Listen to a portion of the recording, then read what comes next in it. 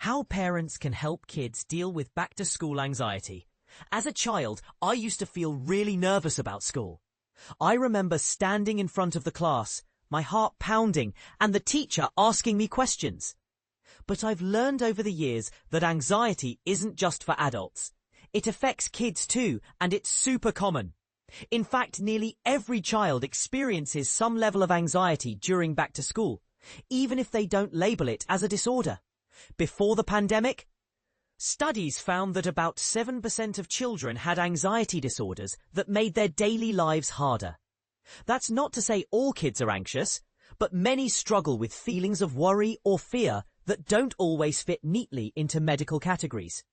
Some kids just feel uneasy about new situations, like starting school or trying a new activity.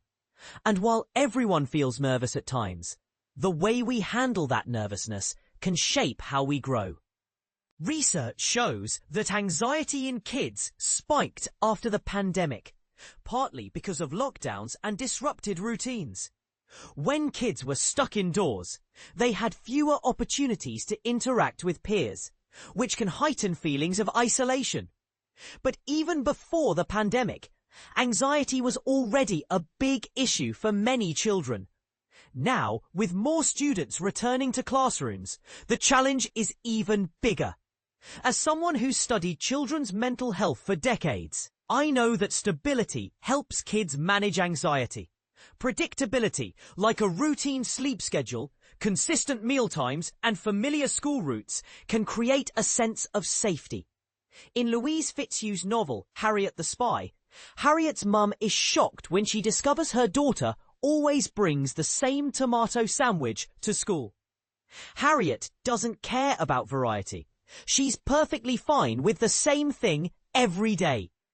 This kind of consistency can help kids feel secure, even when things aren't perfect.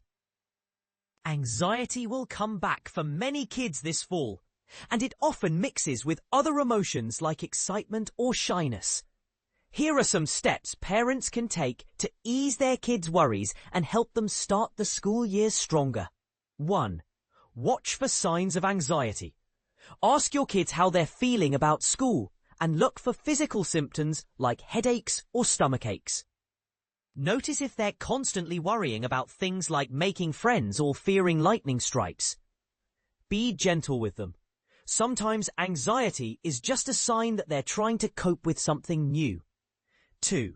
Find ways to reduce stress. Encourage outdoor play or socializing with friends. Studies show that being outside can calm people down. Let kids explore their interests without forcing them to do anything they don't enjoy. This gives them a safe space to express themselves. 3. Limit screen time. Digital devices have become a big part of kids' lives, especially since the pandemic. But too much screen time can worsen anxiety. Set clear rules about device use and remind kids that it's okay to take breaks. 4. Build family bonding. Children rely on family for emotional support during tough times. Even in a busy school year, spending quality time together can make a huge difference.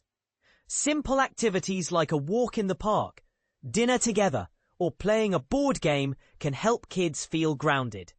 5. Use distraction as a tool. While distractions aren't a cure for anxiety, they can help kids feel calmer by shifting their focus. Watching a funny movie or reading a book can give kids a break from worrying about school. 6. Seek professional help when needed. If anxiety is disrupting sleep, eating, or socializing, it's important to talk to a healthcare provider. Pediatricians have seen rising rates of anxiety and depression among students, and they know how to help kids get the support they need. This season, you might find yourself shopping for backpacks and notebooks, but you might also need to pay attention to your child's anxiety.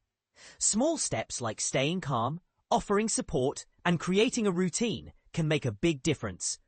The goal isn't to eliminate anxiety entirely, but to help kids feel more in control of their emotions.